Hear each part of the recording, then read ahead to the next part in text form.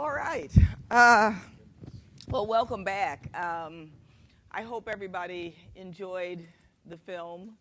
It's not an easy film, but I think it's a film that really puts in perspective so many of the issues that we talk about. And I think the ability to unleash that type of power and bring that sort of change is incredible. I'm sure all of you have different parts of that film that touched you in different ways. As I have said several times, when I first watched that film, and I'm not a softie, but that was one of those films that just made me cry, made me touched in so many different ways. And as I watched it again, I felt the same way. It is an impactful film. It teaches us a lot about people coming together in meaningful ways. It talks about reconciliation and forgiveness and just the power of the human spirit. And so we're going to spend some time with this panel. For about 30 minutes, we'll have a discussion with our panelists. And then we're going to open it up to the audience, both the audience live as well as the audience who are participating via the web. So it's really my pleasure, first of all, to introduce this incredible panel. And I'll start with Abby Disney. Abby is a talented executive producer of the Women in War series that premiered on PBS in the fall of 2011 that was advertised here, and the producer of Pray the Devil Back to Hell. So, Abby, we're so pleased to have you with us.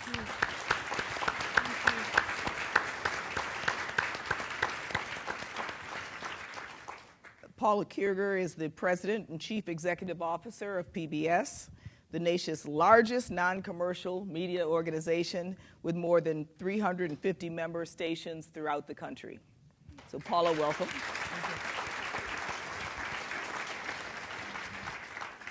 And Don Steinberg, who is the deputy administrator for USAID, the Agency for International Development, who had a long and distinguished career with the Foreign Service, as former ambassador to Angola. We're so pleased to have you joining us this evening as well. So let me start with Abby. First of all, just tell us, what was your inspiration for making this movie?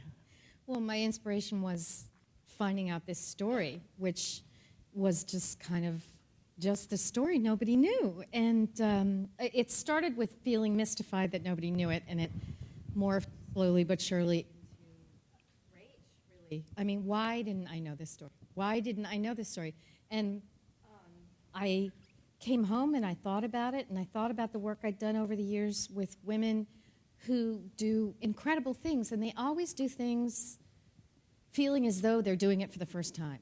They just don't have they're not visible to themselves in the world of media. And I know how empowering they are to each other to see themselves reflected in the public square. And so I thought, if you could really lift this example up, first of all, prevent it from disappearing, as so many stories do, but then to lift it up and to make sure it's seen around the world by other women who are doing similar work, all the way from like this incredible group in Philadelphia called Mothers in Charge, that is mothers of kids who've been lost to gun violence, who organize together across class lines, all the way to Women Against War in Tbilisi, Georgia. I mean, a real range of women have seen this film, and they've been strengthened and empowered and really wanted to kind of organize around their communities because of it. This one of the things that amazes me every time I see this, I mean, you were able to get incredible footage and, really show some things that were both difficult to watch, but I'm sure also very difficult to figure out how to put them all into context. Yeah. What were some of your really most memorable moments as you were looking at all this material? Right. What were some of the things that really touched you the most? Well, I would love to tell you I was crawling on my belly through the war zone and all that, but, there's so much archival footage of war that you would be a little stunned. And this is my first film, so it was my first exposure to how you do this. And basically you send out to all the news sources and all the independent, stringers and people who were there, and you get hours of footage of people shooting at each other. That's not the hard part, believe it or not. The hard part is the footage of the women organizing. And all the news outlets were there when Lema and the women take the peace hall hostage, and none of them shot what happened there that day, which is really incredible to me. So we really had to hound private sources to find it. But I don't know. For me, there's a moment in the film that I think goes by for a lot of people the first time they see it, but for me it really resonates. And that's when Sugars, who's sort of the kind of elder mother woman, and she really was a godmother to Lema, says, peace is a process. Yeah. It's not an event. And it's one of the most profound things that anyone says in the film. And I feel like that is something that all of us need to take away from the film, regardless of where we are from, because it's not a steady state peace. And it's not simply the absence of firing a weapon. It's the positive construction of something real. Family therapists have given up on studying how to make a strong marriage by studying divorce. They've realized actually what they have to do is not study divorce, study marriage. And it's the same thing. We need to pay more attention to the positive presence of the elements that make peace and understand how to create them. I think you're right. And, one of the statistics that always stands out in my mind is the fact that post-conflict situations, there's kind of a threshold of women in policy positions that will help to ensure lasting peace. And so, whether you're looking at countries like Rwanda or Mozambique or other countries that have gone through conflict situations, they are the countries that have put in place circumstances to make sure that women are part of that rebuilding and that peace process. And so I think it is a very important moment in that film that illustrates that. Let me turn to you for a minute, Paula. You have an incredible role in your role as the CEO of PBS to shine the light on some of these issues, and I know this is something that you are very committed to. Talk a little bit about this initiative of Women and Girls Lead and what inspired it. This is a major initiative for us, and it's the first time that we've really looked over a period of multiple films. There are 50 films in this project, Women and Girls Lead, over 3 years. And Women, War, and Peace was the kickoff. And I just would like to say that there are a few moments when I feel so extraordinarily fortunate to have the opportunity to lead PBS. And when I watch a film like Abby's, I'm just reminded again why I really am truly blessed with being entrusted with this organization. And what Abby envisioned in this film was really to tell a story that is not told, which is the story of war through the perspective of women. And she said it very well when she was talking about the footage and looking at Liberia. Because when you look at the way that wars are covered in this country, in this world, you never see women. You never see women portrayed. You never see the way that communities and families are torn apart. And you never see the real impact of war.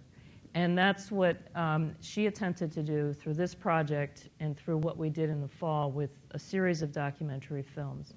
What we're hoping to do over 3 years through Women and Girls Lead, which is an initiative of ITVS, and my dear colleague Tamara Gould is in the front row here, is to shine a bright light on stories that are not told and the stories of women and girls around the world.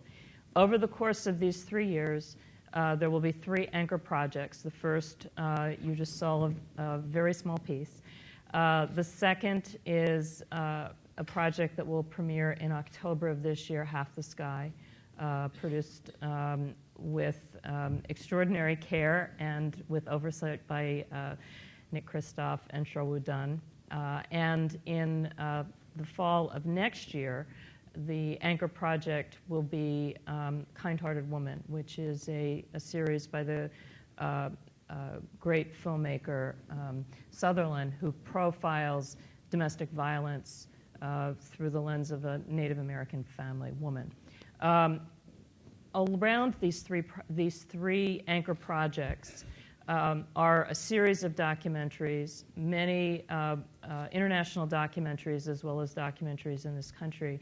And the reason that we've been interested in putting all these stories together is it gives us a chance to really highlight all of the stories collectively, and it gives us an opportunity to work with great organizations like yours to try to bring the message of these films to a much wider audience than will see them on public television through our broadcasts. So this film broadcast in the fall. Tamara and I were just talking, I think it's been seen now by about 12 million people.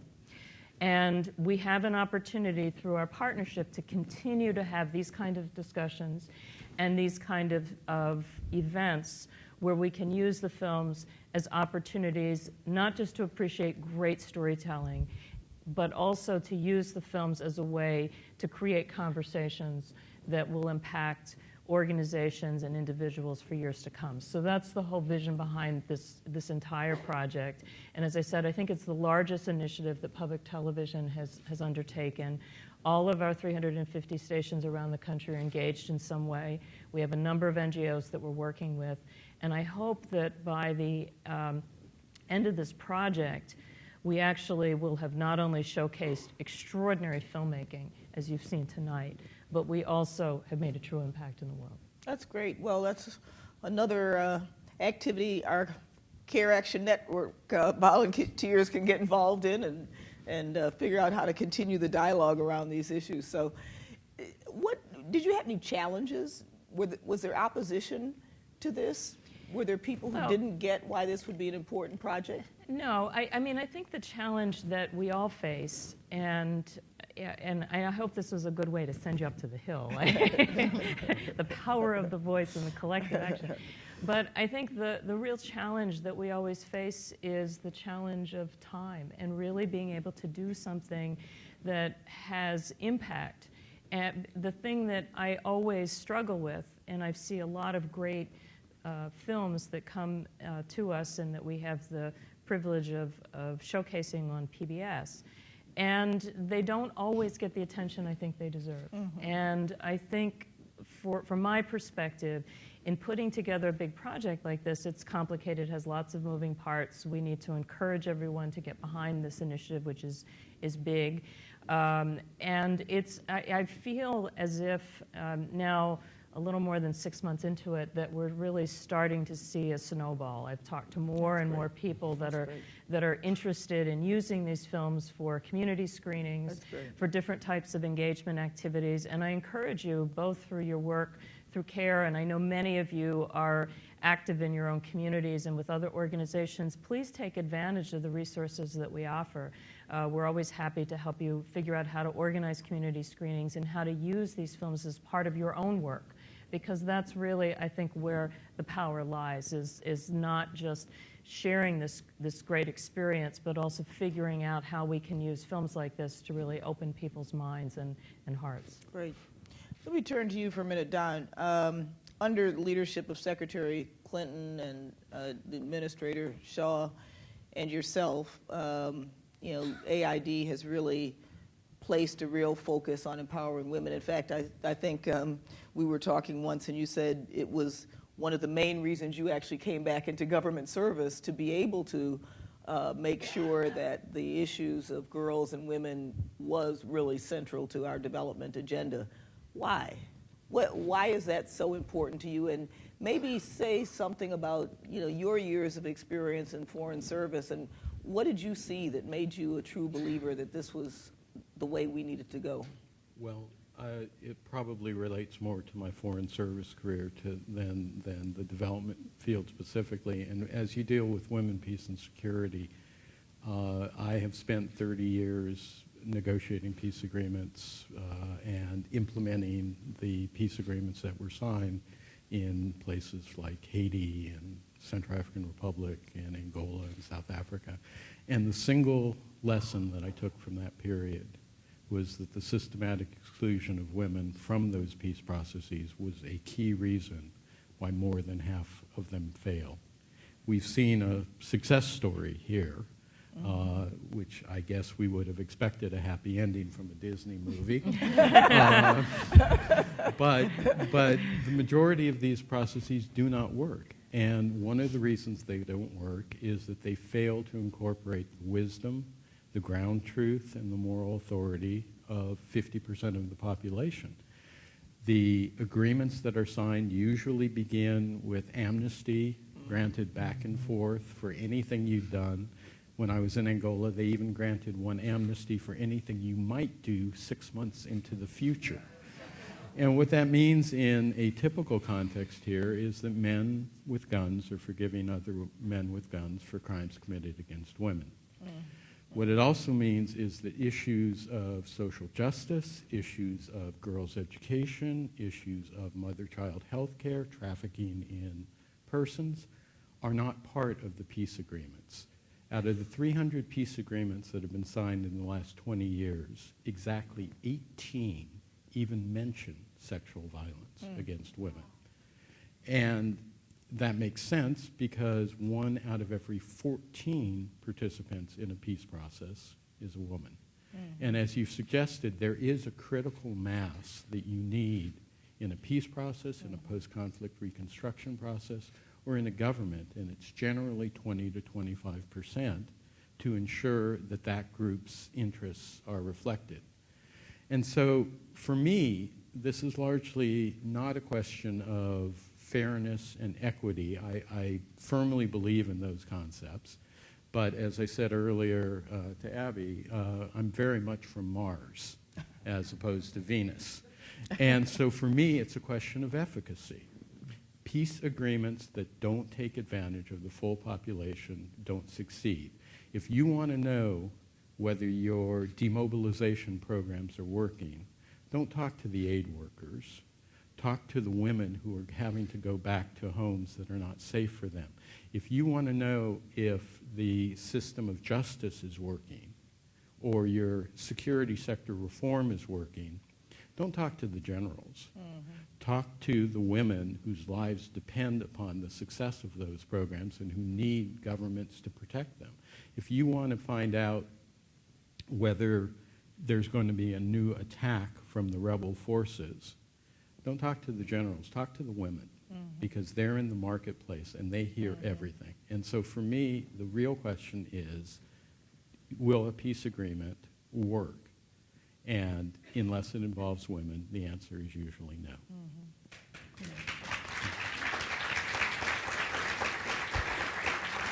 Good answer. In the context of AID and development and what you're doing currently, has there been much resistance within the organization? Has this been a hard battle? What have been the ways in which you have sought to kind of make that transition? I mean, I can speak for myself. When I came on to CARE, the organization was beginning to embrace this notion, but it wasn't easy, both internally as well as externally among supporters. You know, it took time to really continue to make that argument why this was in the best interest of our mission of ending global poverty. So I'm just wondering, you know, at AID, what are some of the things that you've done that have successfully, hopefully successfully made that transition in the thinking? Well, it would be nice to say, yes, there was great resistance and we overcame it and all. But the truth is that most of our people who have lived in developing countries, who have seen the systematic disempowerment of women, and let me go beyond women to talk about displaced people and LGBT community and people who are disabled and ethnic minorities, they know that the inclusion of these individuals makes for more effective policies, makes for more effective programs. And it was Washington, to be quite honest with you, that was behind the curve. And so when we came in, the very first thing we did was to bring in the smartest people we could find who could match the field's expertise with our own. And we brought in Carla Coppell from the Initiative for Inclusive Security. We brought in the best gender economist I know, Karen Groen from American University. We brought in Sarah Mendelson from CSIS. And we let them run. And we said to them, we want you to focus on 4 pillars. We want you to focus on specific programs targeting women's empowerment in the political, economic, and social areas.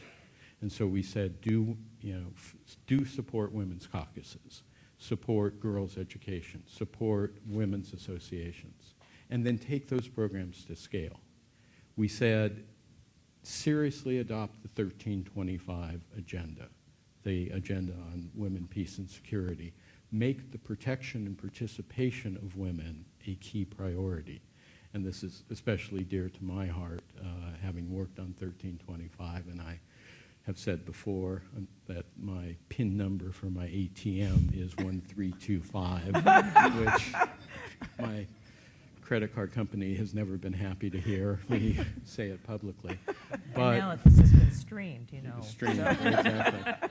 Hold on to your wallet, Yeah. that's all. The third area is mainstreaming, and to make sure that it's not just, the programs that are specifically targeted to women, but making sure that our health programs and our education programs and our global food security programs mainstream the concerns of women. And finally, we have to walk the walk in-house, and we have to eliminate the biases against women that are so subtly present in our hiring practices and all. Yeah. No, I think that's right on, and you're right that when you talk to the people who are in the field and working day to day, they know. They get it. And it is often those of us who sit in places that make the policies that really have to understand how do you really truly incorporate it. And I also think another point that you made, that this also makes us understand how to be more inclusive in general. And it goes beyond women. It looks at who are groups that are marginalized, excluded, and really helps us as we think more broadly about inclusiveness. So I think it's an incredible point. Let me just, and I know we're going to open it up to the audience, but Abby, go back to you for a minute. We were just not too long ago in Davos together with Lema. She's such an incredible force. And she's now a Nobel Peace Prize winner and really able to take her message further. Say something about Lema, who she is, why you think she had that special fire, and what's she doing with it to kind of continue to have that kind of impact? Yeah, she had that fire from the moment we met her. We only met her because we were researching the film. Her name didn't really come up until we started doing research, and then we sat with her that first day and listened to this story, not only story, but from this particular person with this extraordinary amount of charisma and intelligence, and she's just an exceptional person.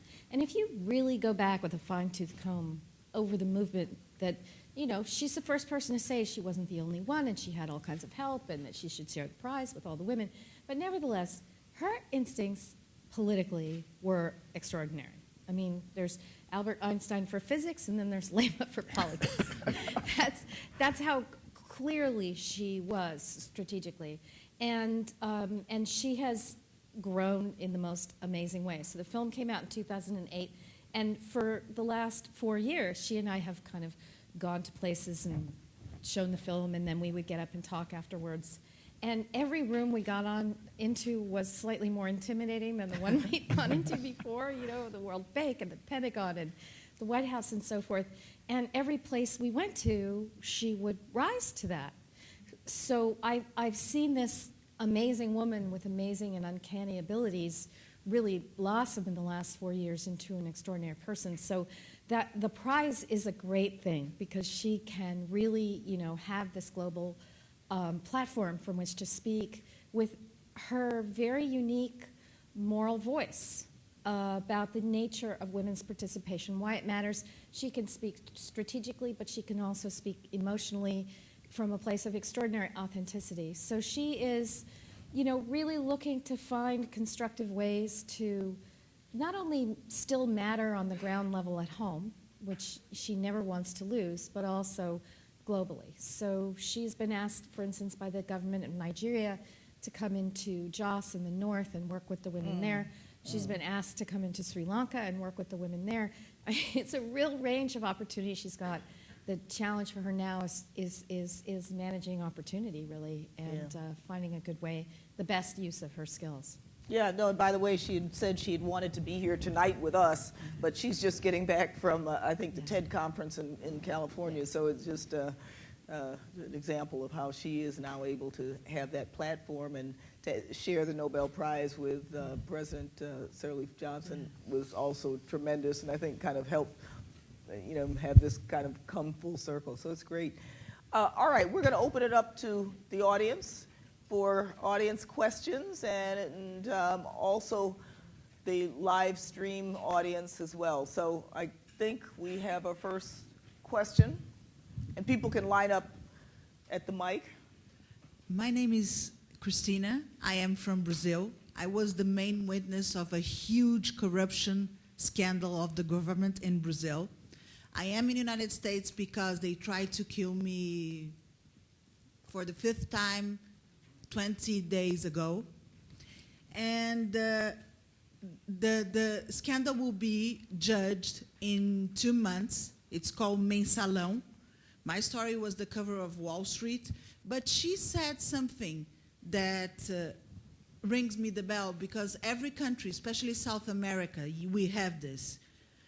You are guilty either by commission or omission. So I would like to know if we women can start a movement against corruption, especially in South America and Africa, because I think part of our problem with lack of money and lack of opportunity and all this, at least in these 2 worlds, South America and Africa, they come from corruption. So if you can talk a bit about this, because it's like, I don't see, I've been trying to fight corruption for 7 years now. I don't see a way. I just moved to United States, and I will start a transmedia project with a soap opera, because that's what they understand in South America. But I think CARE can have a big role regarding corruption in South America and Africa. Thanks. I'll say a couple words about it, and maybe others might want to also address it. I think that's why we really put our focus on empowering girls and women. Just like the issues of peace and security, data make it very clear that if women are part of, whether it's local government, national government, international government, that when you have that critical mass, corruption is also impacted in a positive sense. So corruption goes down when you have women involved in making policies, involved in representing the population. There's a really nice study that was done that looked at women. India has now mandated that, I'm forgetting what percentage of their local council, it's 30%, yeah, which is kind of the magic number of their local council have to be women. And in a very nicely done study by the MIT Poverty Research Lab, they showed that the local communities that had women leaders had lower rates of corruption. We know that, again, looking at the countries that have made a commitment to having a third or more of their parliamentarians as women, that corruption has gone down. And so I guess my point is, while we may not mount a campaign per se about corruption, we know that by including girls and women, you have that broader impact. And so, it's kind of addressing it at the roots by making sure that girls and women are included. Then you have this multiplier effect that touches on corruption, that touches on peace and security, economic development. And so in many ways, gets at the root of some of those issues. But I think you're right, this is an issue, the issue of corruption, where having more women engaged could have a very, very powerful impact in these situations. And I don't know, Don, you may want to say something about that too. Sure. Yeah. We are in the business of trying to address corruption in a number of the countries that we work in. And you do it through government systems, you do it through formalization of structures, et cetera. But as Helene is saying, the real way you do it is by empowering civil society to serve as a watchdog and to empower the press to be able to come out with stories, to empower marginalized groups to report on what is happening in their community, because corruption generally costs the poor far more than it does anybody else in society. Corruption is just another way of saying using personal power at the expense of the people to enrich yourself. And so we do find that when we empower women, for example, the very first thing they do is to look at budgets in governments and say, why are we not getting money to educate our children and to provide health care for our communities and to provide clean water? And so I think they are directly connected. The other thing I just wanted to use this opportunity to say is we often treat these quotas in these countries as if they're aberrations or they're somehow, discriminatory against men. But the truth is, more countries around the world have quotas mandating women's participation in political life than don't. So this isn't an aberration. This is the norm. And the reason it's the norm is because people recognize exactly what you're saying, that having women's participation is a net positive. Right. No, exactly. And I think, in all of the work that we and other civil society organizations engage in, this notion of how do you make sure that citizens have their understanding of their rights and holding their governments accountable. At the very basic core, that's how you start chipping away at corruption. And so, yes, there are ways at a, kind of macro level, but really it is that dance between citizens understanding their rights, holding their governments accountable, that you really start tackling the issue of corruption, and it's really looking at those root causes of why do some people stay marginalized and why do their rights continue to be abused, and it's about making sure that you have that adequate checks and balance between rights and responsibility. So. We have a question from our online audience. Yes, Michael Kinamoto would like to know, he says, I'm curious if any of the panelists knows if women in the Arab world are taking similar tactics since the Arab Spring.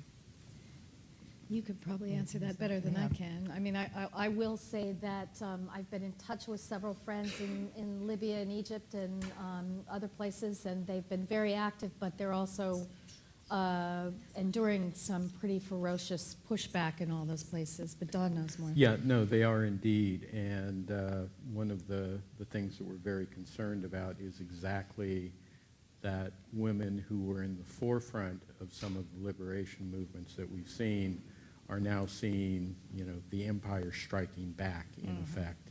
And Egypt is one case where we're very deeply concerned about the disempowerment of women. Under the past decade, we saw actually some real improvements in terms of divorce law, in terms of inheritance law, in terms of action against female genital mutilation in Egypt. And there's real concern that there's going to be pushback in those areas. Libya is another case where the initial statements we were hearing from the transitional authorities were fairly positive. And now we're starting to see some of the more traditional and conservative viewpoints come to pass. So we're going to be watching very closely throughout this situation.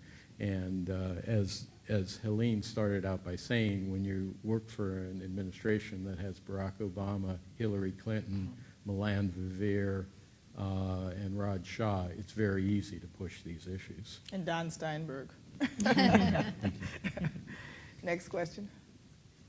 Good evening. My name is Gohar Farahani, and I am one of the Omote Foundation board member with the mission of empowering women, young women, disadvantaged young women in Iran, ages 15 to 25. My question is that how organizations such as ours can introduce their success story to either PBS or CARE to be considered as your anchor project. As you know, Middle Eastern women are the agent of peace, based on the same question that the audience asked. And how can we tell their stories? Well, we're constantly looking for stories, and I think what we can help you is to pair you up with filmmakers that might be interested in telling your story. And Yeah, Abby would be one person you could talk to. We haven't talked about your next project yet. Yeah. I will say I'm executive producing a film that's almost finished called The Iran Job, which is about an African-American basketball player who doesn't make the NBA. It's a documentary, and goes to play in Iran. And while that doesn't sound like a women's story, what's wonderful about it is he befriends these three women and really comes to understand their situation. And it's really quite amazing. But it was pretty hard for them to get in and out of the country to make the films, and all three of the women who are featured in it have had to leave the country even before this film has been released. So it's important to be incredibly careful. It's important to work with people who really understand the consequences of what they're doing. But yeah, it's about pairing you with a good filmmaker, because I think if you honor the story and your production values are high, it's amazing how far a story can take you. Thank you. I'll be in contact with you. Another question from our online audience. Liz just sent us a Twitter message. She wants to know, how can we do as Lima and her troops and mobilize women internationally and in our communities to step into their power? Wow, that's a really good question. You know, Lima, I think, had extraordinary currency in that movement because she understood that political power is local, and political work is granular. And so she really was sure to have everybody at the grassroots working together instead of trying to kind of vault over the grassroots directly to the politically powerful. And that's the mistake a lot of us make, whether we're women or men or anybody else. I'm not sure what else, but anyway. So the interesting thing, you know, Parade showed in 62 countries. I went to it, 28 of them, with the film. And in every place we went, there would proceed, regardless of the cultural differences, an extraordinarily pragmatic discussion about what was happening locally for these women. And they didn't talk about, we are women and therefore we want, you know, something that benefits women. They would talk about what the community needed: education, sewage, clean water, whatever it was.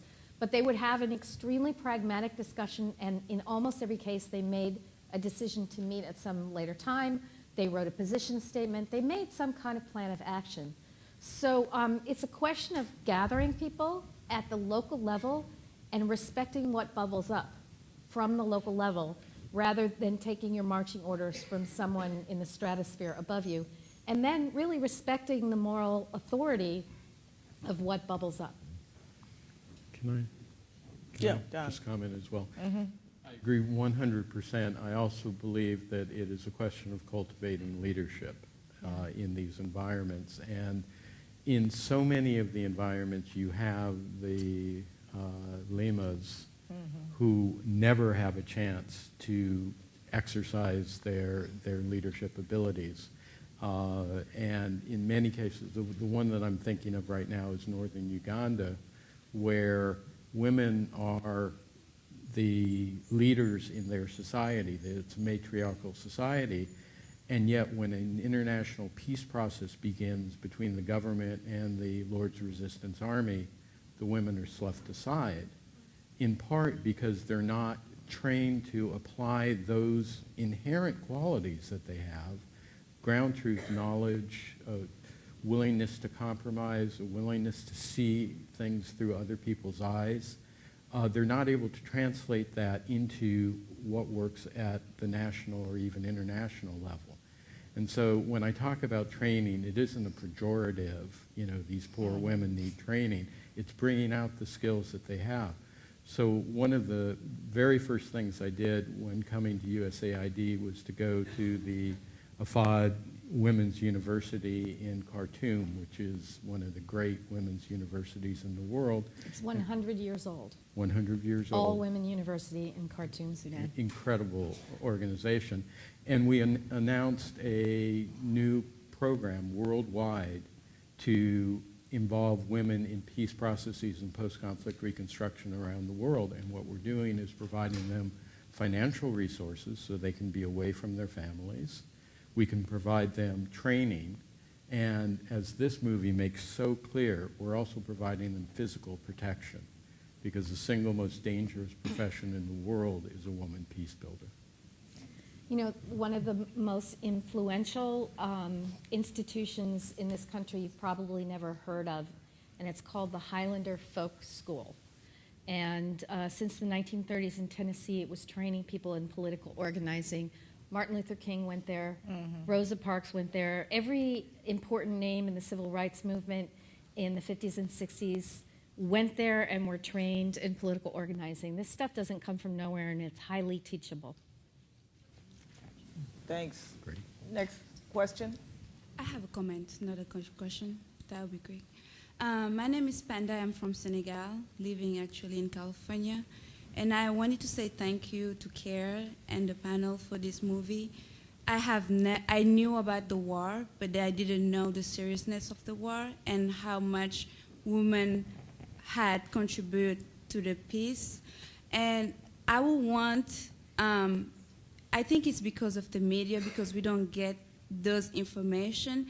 And I was just wondering how organizations like you can help women in Africa to think more, or Senegalese women, more as African women rather than Senegalese women.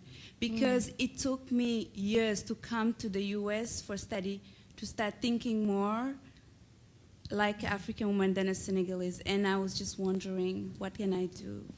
Thanks. Well, I will tell you one Senegal story about Pray the Devil Back to Hell. I got approached at a screening recently, actually here in Washington, by a man who said, I've worked in Senegal for 30 years in the South where there's some conflict. And I came home to my house and the television was on and Pray the Devil Back to Hell was showing there. First I thought, well, I don't remember getting a license fee from Senegal television. Yeah, right. But then my second thought was, oh, great. He said, I wrote to your office, I got a copy of it, and I have been taking it to villages in southern Senegal ever since then. And he sent me that next week, and I had never heard of this guy, didn't know about the conflict in southern Senegal. He sent me photographs and photographs and photographs of women who have lived through 20 years of on and off conflict, who for the first time in their lives were raiding the mayor's office and sitting in, marching down the street and blocking the public square. They were completely compelled to act. So there is so much latent capacity for incredible political action, and there's so much more happening than we hear about that it just gives me courage. And I think you're right. I hope that African women increasingly think of themselves as African women. I think that the Nobel for Lema and Ellen and Tawakkul will do that. I would say on behalf of people in my country, I hope we think of ourselves as people of the world, and I hope that an African woman suffering would hurt us as much as an American woman suffering, and that's my wish for my country. And I think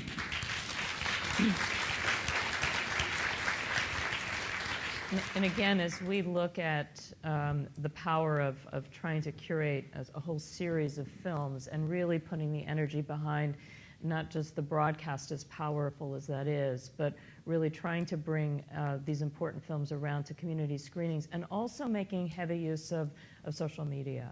And you and I sat on a panel in October with a lot of NGOs and really encouraged organizations to not only use these films, but to really use their networks as ways to get the word out. Because I think that, again, that's the power. It's the power of really bringing these stories to a much wider audience. If I could say as well, I understand the desire to do it in a sort of Pan-African way, but the first step is to bring the women in an individual country together. Because if you think about the process of war, governments tend to divide populations. They do it on the basis of ethnicity, they do it on the basis of religion, they do it on the basis of tribes, they do it on whatever basis they can. And you will find in most of these situations the government's women's association and the rebel movement's women's association.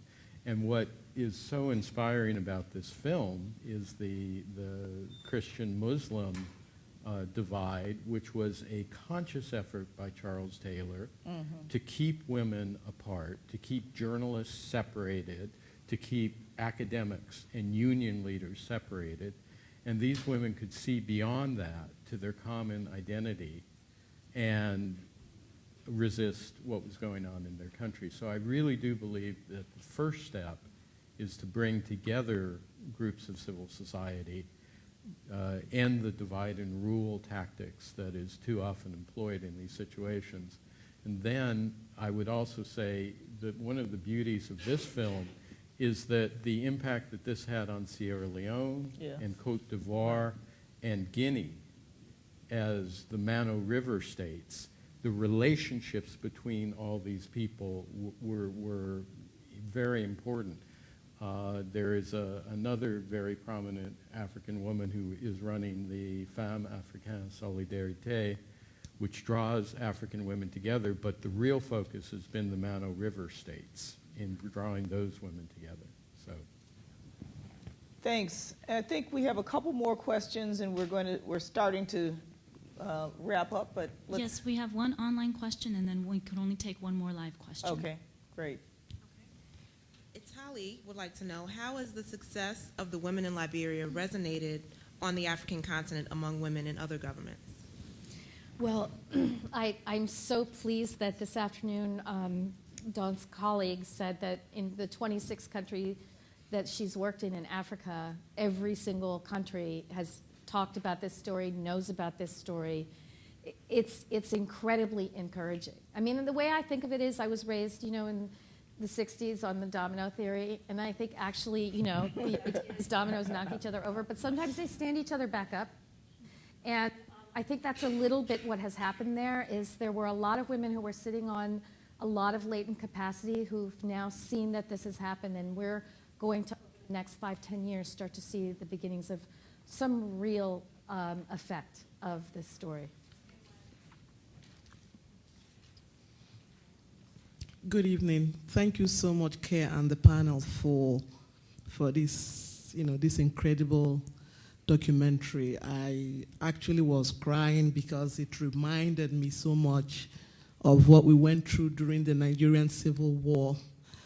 I think that was, at that time, I don't think a lot of documentaries were made of, a lot of things that happened, nobody in the world knows what the Biafrans went through, and I think PBS should please try and go back a few decades and see what you can bring to the people to know exactly what happened during the Nigerian Civil War. It was terrible. In fact, my late mother-in-law could never eat fresh meat again because pregnant women were actually slaughtered and their kids brought out from their wombs and killed. So she never ate fresh meat until she died. But my question is this: why do we have to wait until it's too late before we can act? Why do we have to wait? It's happening again in Nigeria. They are killing Christians again in Nigeria. They are slaughtering people again in Nigeria.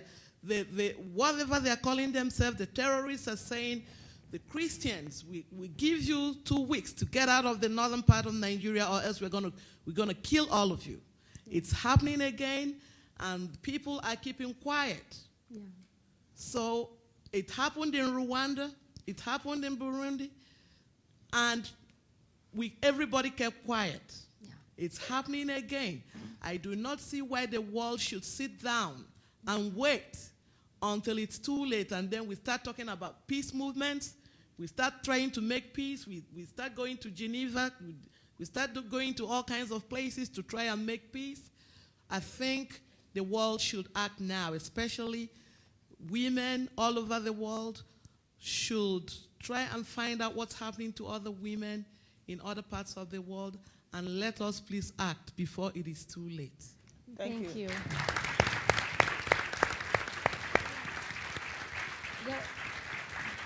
Well, I think that was a wonderful rallying cry for this audience, whose charge is to not be silent and to take these issues up and remember that we can't wait. So thank you very much for that. And I'd just like to, in the interest of giving this audience that's going out and doing advocacy tomorrow a charge, just ask Don to say one last question. This group, a lot of the people here are part of our Care Action Network, the advocacy network. They're going out on the hill, going up to the hill. The one issue that they are going to focus on is making sure that we don't have disproportionate cuts to the foreign assistant budget. Why does it matter so much? I mean, you're at USAID, of course you want to defend your budget, but, really in a very tangible way, why does it matter so much that we as Americans continue to hold our commitment to making a contribution to global development, global poverty? Quite simply because it's in our national interest. There are three motivations that we talk about when we try to make the case that the less than 1% of the federal budget that we spend on foreign assistance matters. And we talk about it as an ethical and a value-based question. We, as Americans, prefer to live in a world that's peaceful, that's prosperous, it's respectful of human rights, respectful of human dignity. Secondly, it's in our economic interest. All of our fastest growing markets for exports are in the developing world. If you look at the 15 fastest growing markets, 11 of them used to receive U.S. aid assistance. 85% of our exports growth is going to go to these countries. And that's jobs, and that's exports, and that's economic growth for Americans. But I think equally important is to make the national security argument. And we often shy away from that, but we have to remind people that countries that are prosperous and democratic do not tend to traffic in drugs, in people, in weapons. They don't spew out large numbers of refugees across borders and across oceans. They don't transmit pandemic diseases. They don't harbor terrorists and pirates. And perhaps most importantly, they don't require American forces. And as we think about development, I would much rather have development experts on the ground than have to worry about sending American forces. And to pick up on the point that was made by our Nigerian colleague, we should be viewing in this context development as prevention. And it is a heck of a lot more efficient to stop a society from falling apart and then having to go in with humanitarian aid than it is to put that ounce of prevention in there. Yeah, and I would just add, yes.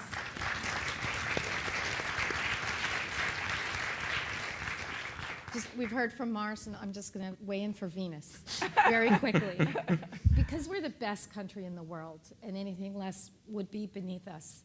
Anything less than 1% of our budget. And there are people out there in the world who really, really, in fact, need this. And the best peace movements are built years before the war ever breaks out. Helene, can I just say one last thing? We often talk about this as being an endangered area. We did actually fairly well in our FY12 budget. I think we're going to do fairly well in the fiscal year 13 budget because people are starting to get it. Mm-hmm. They understand everything that I was just saying, and they hear from the business community that we need, prosperous countries to export to. They hear from our security community. One of the biggest supporters of U.S. aid are communities around military bases because they actually see it as a way of keeping their families away from these situations. We're hearing it from the American farmers who want the export markets. We're hearing it from the diaspora community. We're hearing it from faith-based organizations and and humanitarian relief agencies. And the last figure I would say, and this is a fascinating figure, we as a government give $30 billion worth of foreign assistance each year. Private Americans giving to groups like CARE give $36 billion a year. The last point I would raise is you ask the typical American, and there have been polls right across the board, how much of the foreign aid, how much is our foreign aid budget as a percentage of our total budget? And the figure you always get is about 25%. And then we say, okay, what would you like it to be? And the average figure is 7%. And we all say, we'll take it. Exactly. Right. Yeah, Right. we'll take it. So I don't think we have to be defensive Right. in this area. Right. Yeah, no, exactly. And we were making that point earlier today, that I think, this group can go unabashedly and ask for us to make sure that we continue to be generous. I hope everybody took notes on those points, very, very clearly articulated why this is in our interest, why it's the right thing to do, why it is holding up who we are as a nation, and it speaks to our values, our core values. So I think we've got a lot of reasons to go up there tomorrow and make this point. So I just want to wrap up and thank all of you, both those who are here in the live audience as well as those who participated through the internet. This has been a fabulous evening.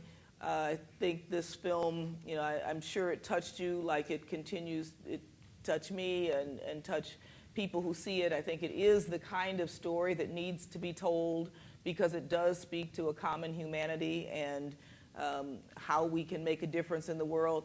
I also want to thank Liberia and the women of Liberia for a very personal reason. When I was first making my decision about whether or not to come to CARE, I read an article by Helene Cooper, who is a New York Times journalist, and it was all about this story, and it was an incredible picture of women going to vote for President Sirleaf Johnson. And it was one of those things that really clinched in my mind the reason why coming to an organization like CARE was exactly where I felt I should be and where I felt I could continue to make a contribution. And so I thank the women of Liberia. I thank Abby for bringing this story to light, to Don for your continued leadership and making sure that this really is core to our foreign assistance mission, and to Paula for your leadership and using the incredible vehicle that you have